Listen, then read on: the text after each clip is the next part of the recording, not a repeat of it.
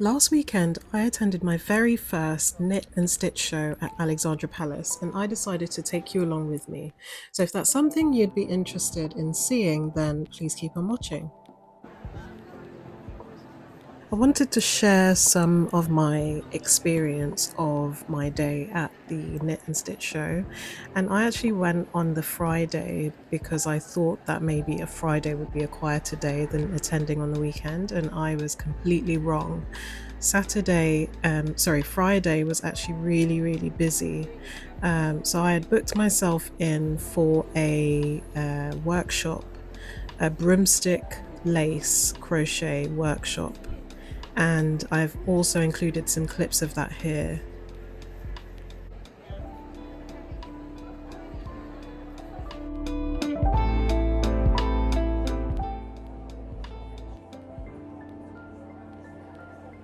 I really enjoyed Diana's way of teaching the class. So everyone works at different paces. Some people were a little bit further along in their foundation rows, and Diana worked by going around to everyone, checking that they'd caught up.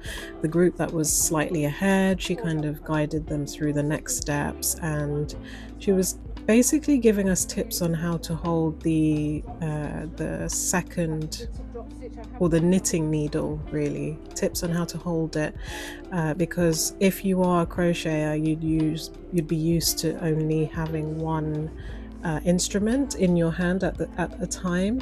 So learning to use both the crochet hook and then holding the knitting needle was a challenge.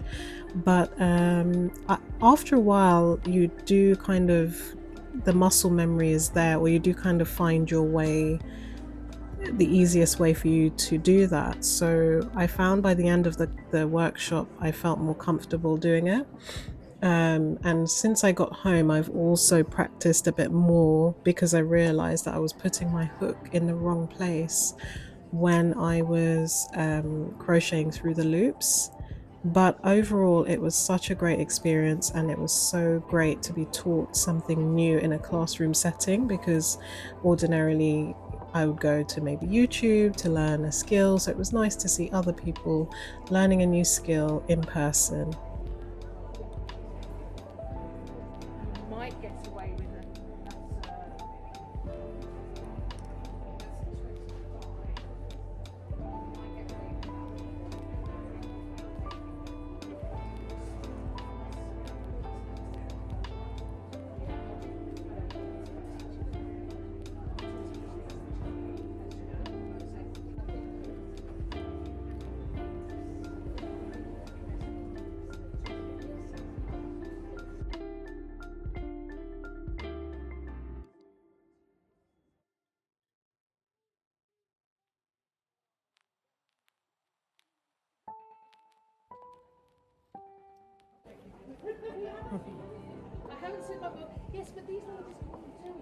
Hi guys, editing me here. So I'm sharing some updates from where I have redone the sample of broomstick crochet that I did in the class. And as you will see, it does resemble something more closely like what was intended. The only difference is that I had forgotten for a couple of the rows to do the stitches into the back loop, so you have a bit of a ridge there, but I actually don't mind it too much, but it does seem to make a defined back and front of the piece. And yeah, but otherwise I think my technique has improved, and so I will keep you updated.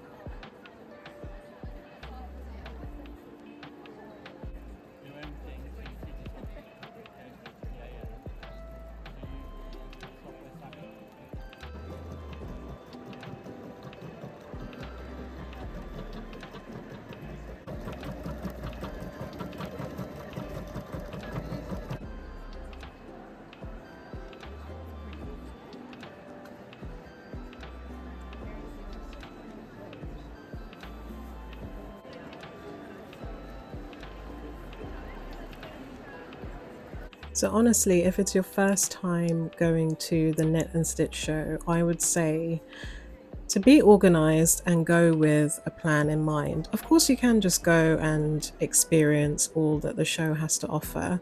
But I think if you have particular projects that you want to work on throughout your crafting year, it might be a good idea to look at who is actually exhibiting and maybe tick off who you want to see, or maybe go with a kind of rough list of things that you want for your crafting stash. I focused mostly on the knitting side of things, so looking at yarns and yarn accessories. I looked at some embroidery stuff and some beading because those are things that I like doing, but I didn't really focus too much on the sewing side of things. So I didn't look at too many of the machines or the fabrics and things like that, because another issue that well, it's not a bad issue to have, but another issue that I came across is you start seeing new hobbies to try. And if you're anything like me, you have about 50 different hobbies, craft related hobbies. And so you definitely don't need 51. But yeah, so for this video, I focus mostly on the yarn stalls, crochet, knitting, that sort of thing.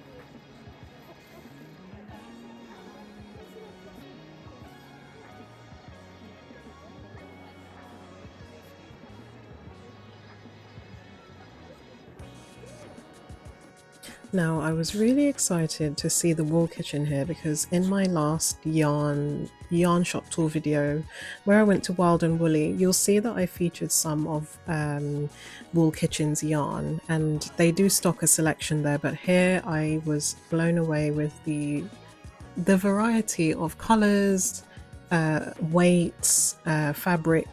You know, the one that I saw one that was bamboo. There's mohair. There's all sorts, and it was great to see all the different samples of the assigned pooling. What a great idea! And yeah, has anyone tried wool kitchen yarn before? And if so, what assigned pooling patterns do you use, or do you make it up as you go along? I'd be interested to know how you work with pooling yarn.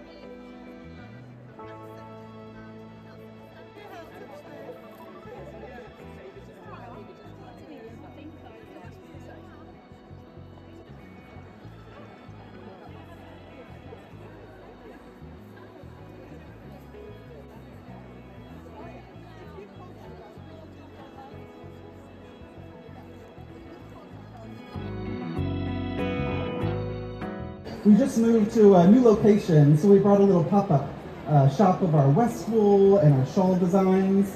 So this is our first time here in London, and we're very excited and a little bit overwhelmed. Anybody else? There's a lot to take in, a lot of inspiration.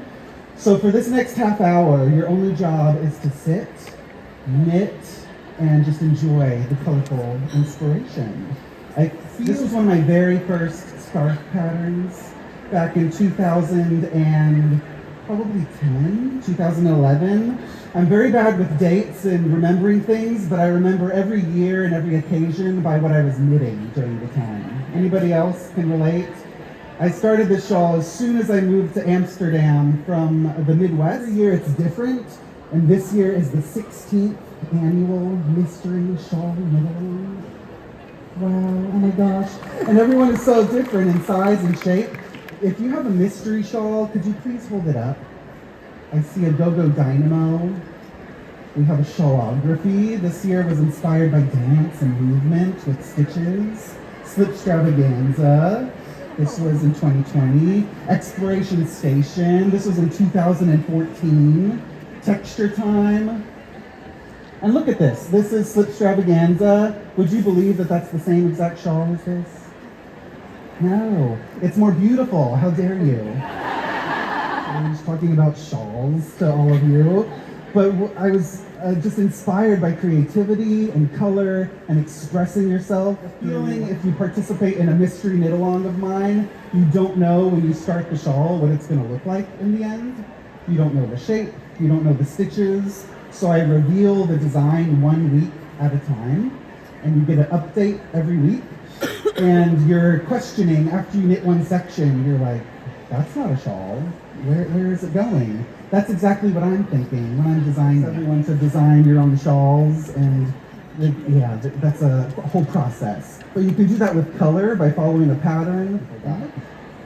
They had no idea what they were knitting in 2013, but you need 3 colors. This is the color craving.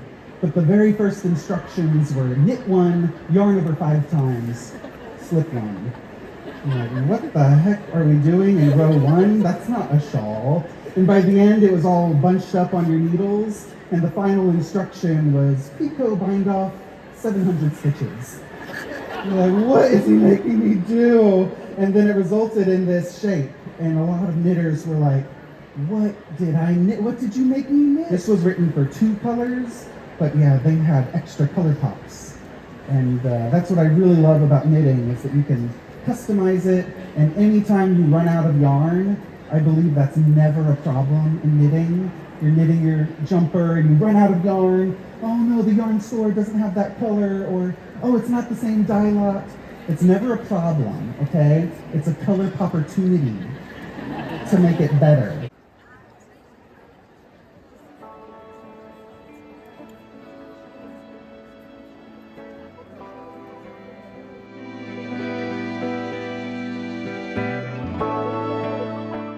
So, a good few hours after wandering around the stalls, buying way too many things, uh, I found this Appleton's stand, and they had an interactive cross stitch table, which was a really good excuse to sit down, do an activity, chat a bit with the stall owners, but also the other people doing the activity as well. So that was a nice, unplanned, impromptu thing. But I had a really good time, and it's nice feeling like a part of a bigger picture. So, yeah, that was really good.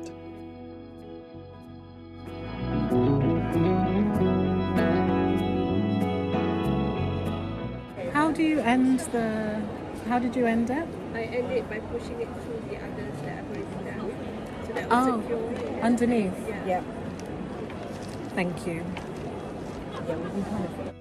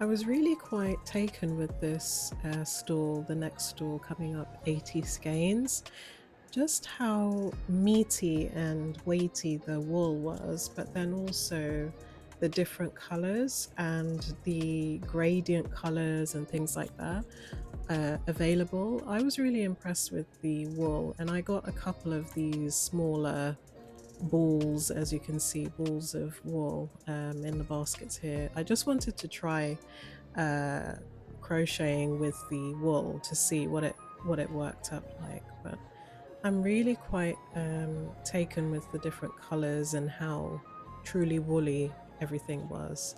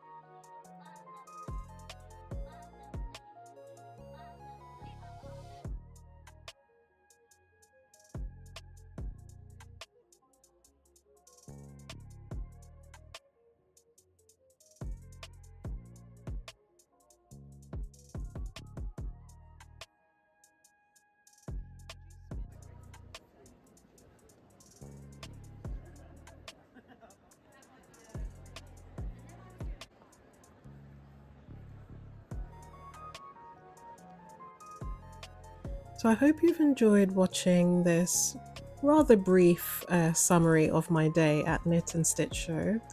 And thank you so much for watching, and I'll see you in the next one.